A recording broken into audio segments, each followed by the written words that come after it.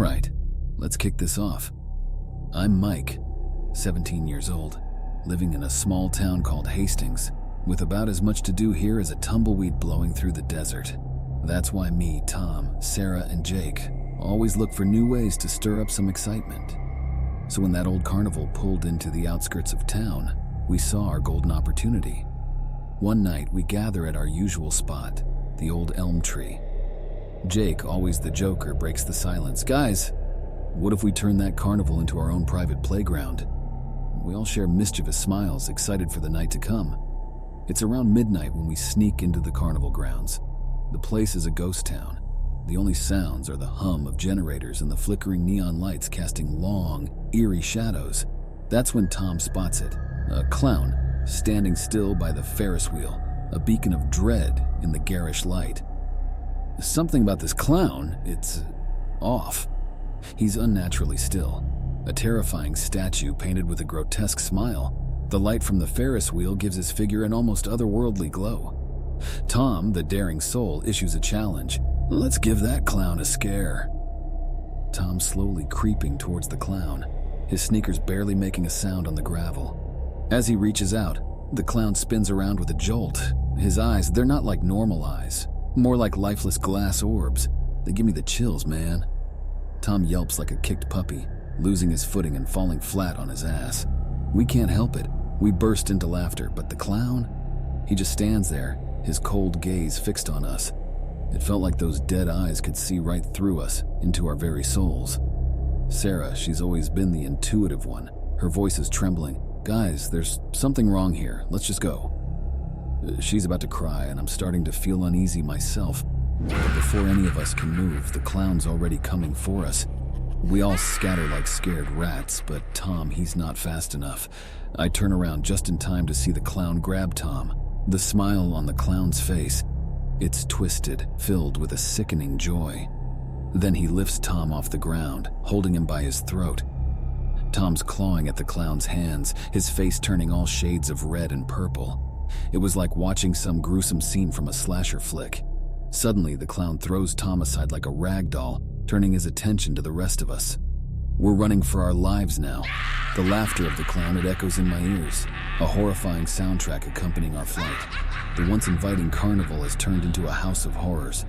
We're lost in the maze of bright lights and dark shadows, running from a nightmare dressed as a clown. I finally managed to dial 911, my voice shaking as I try to explain our situation. The operator is asking for our location, but I can hardly think straight. All I can hear is the clown's laughter getting closer and closer.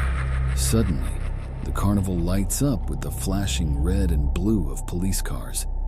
But the clown, he just vanishes, leaving behind nothing but a chilling silence and a sense of unspeakable terror.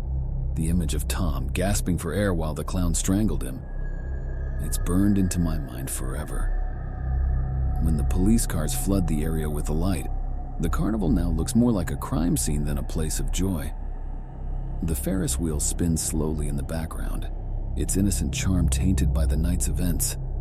Tom is sprawled on the ground, gasping for breath, claw marks from his own hands etched into his neck.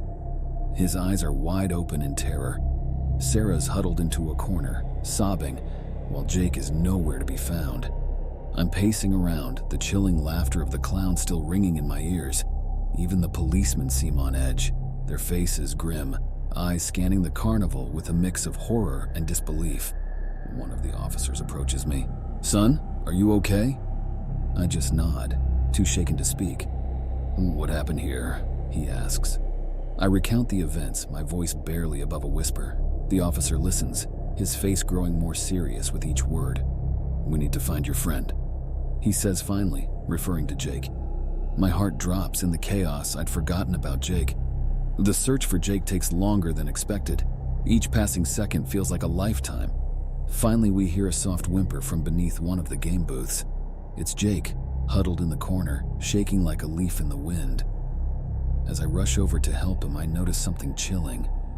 Clutched in Jake's trembling hand is a piece of fabric, a part of the clown's costume. I feel my stomach drop. Had the clown been this close to Jake?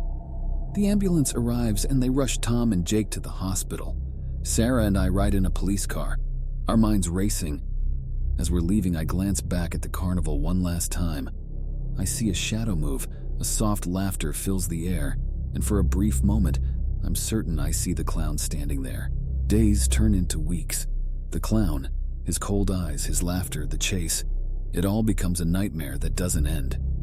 We're all trying to move on, but it feels impossible. The shadow of that night hangs over us like a dark cloud. One night, a month after the incident, I'm sitting in my room, trying to forget the past.